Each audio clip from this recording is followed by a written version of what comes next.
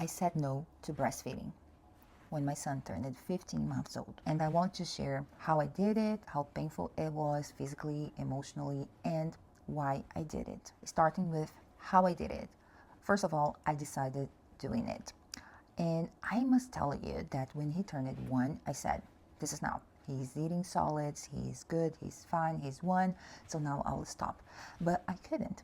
Every time I tried, I was like, no, it's not time yet, poor guy, or things like that. So when he was 15 months old, I said, I put on my heart that 15 months old was like the limit for me. And he was about to turn 16 months, and I was like, maybe now it's time. So I said, today's the day. So I put on a sweater and I said, you know what? I'm not breastfeeding him tonight. We will do our normal routine. He will have dinner and then I'll put him down to sleep. Not on the breast, but just rocking or talking to him. Let's see how it goes. Of course, we've been talking about it here and there since he was 12 months. So I was like, look, you're eating solids now, so you don't need my breast milk. We will stop someday soon. You were growing up. You were still my baby, but you were growing up.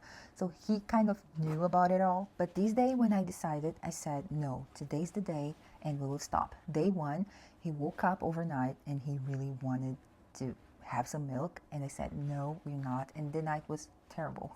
I was awake. He was awake. My husband was awake because of the noise in the house. So it wasn't a good experience because since Tobias, my son, was born, we related sleeping with breast milk. So disassociating it was the real process. But I must tell you, the day 2 was like, he even kissed my breast and said, bye-bye, because I played with him. And I say, oh, do you want to say goodnight to the breast? And he said, bye-bye. It was so simple. I was the one suffering the whole time because I was the one like, my baby, my boy, breast milk, blah, blah, blah, this kind of stuff. So this is why I can share with you how painful it was physically because my body felt it. 15 months feeding him, 15 months having like a huge supply, and it was tough. So I could feel my body producing some milk. I have to share with you the fully process later on, but what I can tell is that I had to pump 2 or 3 times in a day. And when I say pump, I have even videos talking about the pumps that I have. They are amazing. But I did it only for 5 minutes or just to unclog everything. I could feel how heavy my breasts were. And to avoid mastitis, I took cold showers and I applied cold stuff as well, which was like painful, but I was checking on it often because I really didn't want to get any fever, any redness, but I was watching it, you know. In this weaning process, I saved some milk, I stored, but I saw I was storing so much, so I started throwing it away. I can tell you that it was painful even emotionally. And when I say it was painful emotionally speaking, it is because I'm a very sentimental person. And I was thinking about the bonding time we have every time we have this breastfeeding process. I was thinking about my body being blessed with such supply that God was so grateful and good to me. When I was growing up, my mom didn't have much supply, but I have now, and I'm so glad to give it to him. It's very healthy. And I was also thinking, I don't know, I felt like, oh, I'm a magical being. God blessed me because I'm a breastfeeding person, you know. I had this with me as well. And the bonding time as well. Even though I felt, emotionally speaking, that it was time. But I didn't want to use my rational side of myself. And here is why I decided stopping. I thought rationally, and I said, it is time. Even though I have a huge supply and I'm blessed with that, his mouth was full of teeth. And I was like, sometimes there were accidents, not on purpose, but they were like bites.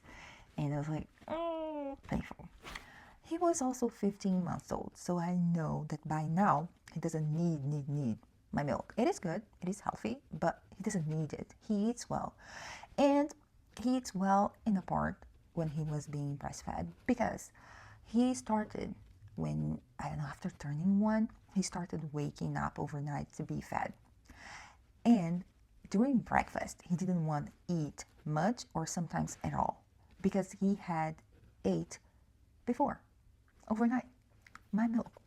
And again, I had a huge supply and he drank a lot of milk. So guess what? He wasn't eating in the morning. And sometimes he was a bit fussy and he wasn't eating lunchtime.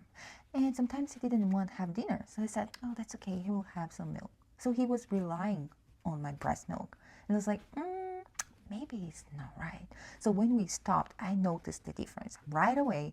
First of all, he was eating much more.